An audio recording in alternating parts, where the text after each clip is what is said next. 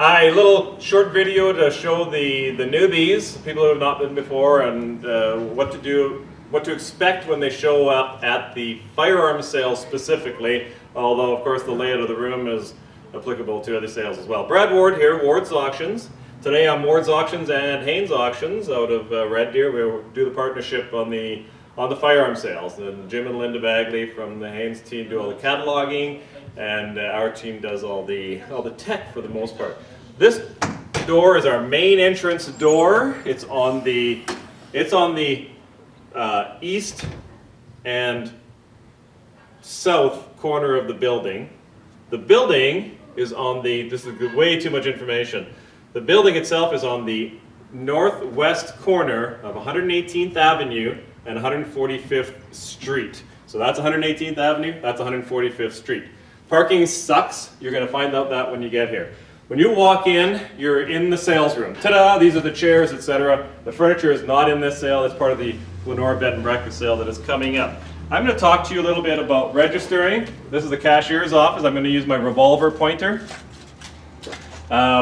This is where you register for the sale. It's also where you pay after you're done bidding.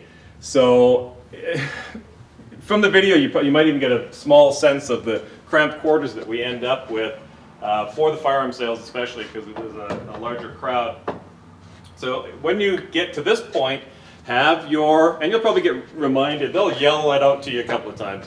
They'll remind you, have your PAL, have your range membership, have your, I'm not even sure what else they ask for, but they're going to tell you date of birth and all the rest of it, driver's license, a bunch of stuff that you think that we don't need.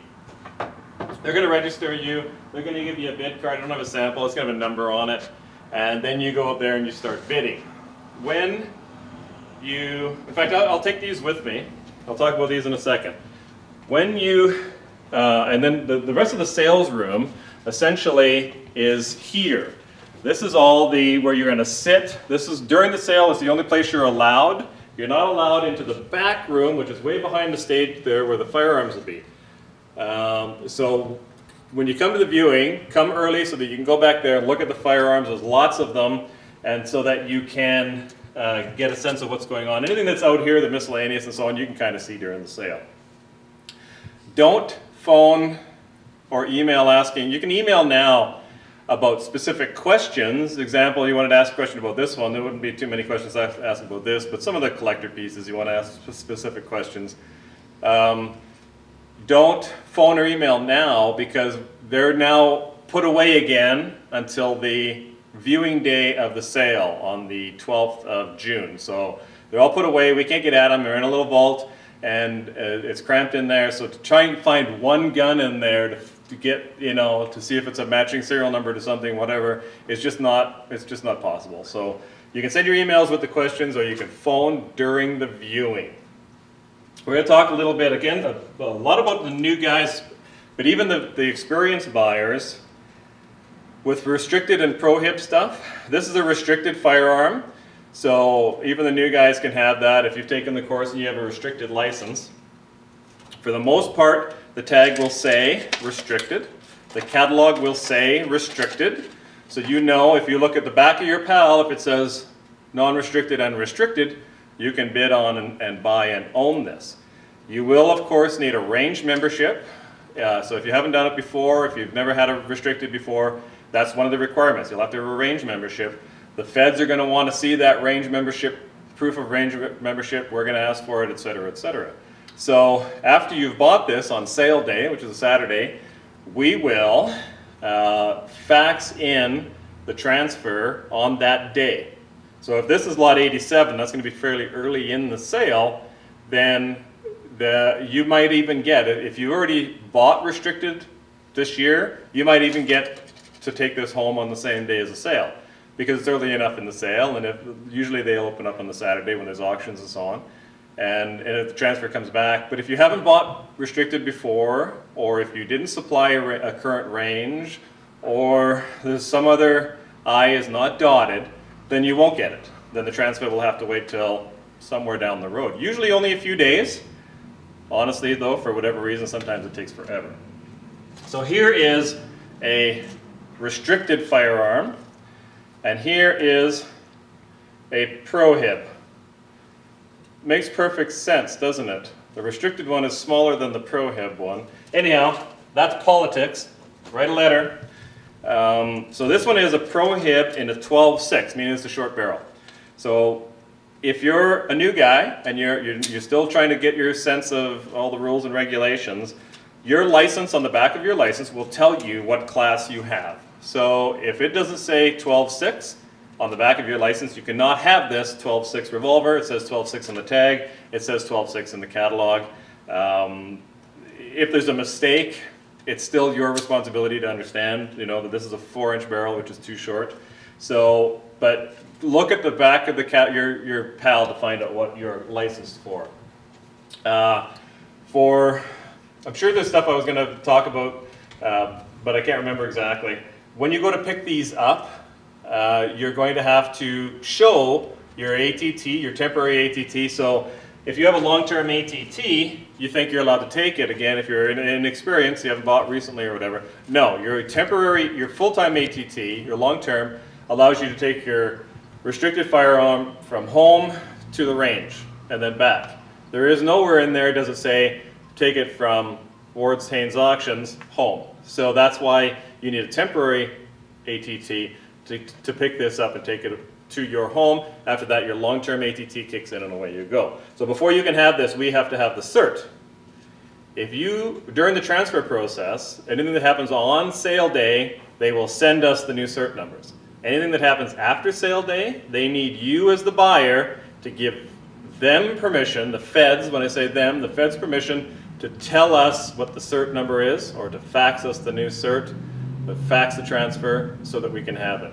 If you don't give them permission, we won't even know that the transfer's gone through. So you're going to be wondering, why haven't we contacted you, or why haven't we shipped it, or whatever the case may be.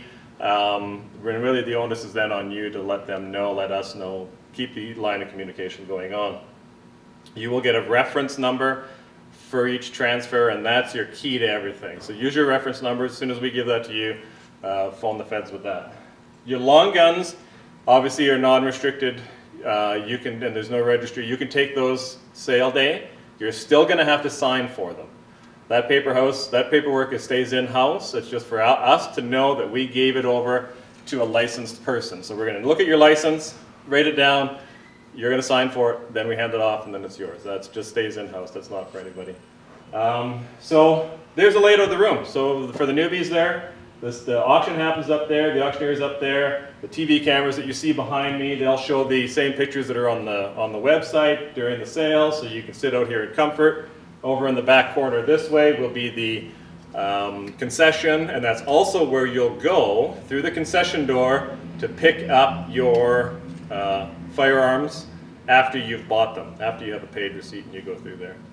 I don't know what I forgot to tell you, because if I knew, I'd tell you. That's a general overview of what the room looks like, what the process is when you get here.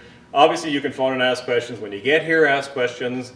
I highly recommend not coming last minute. Come early.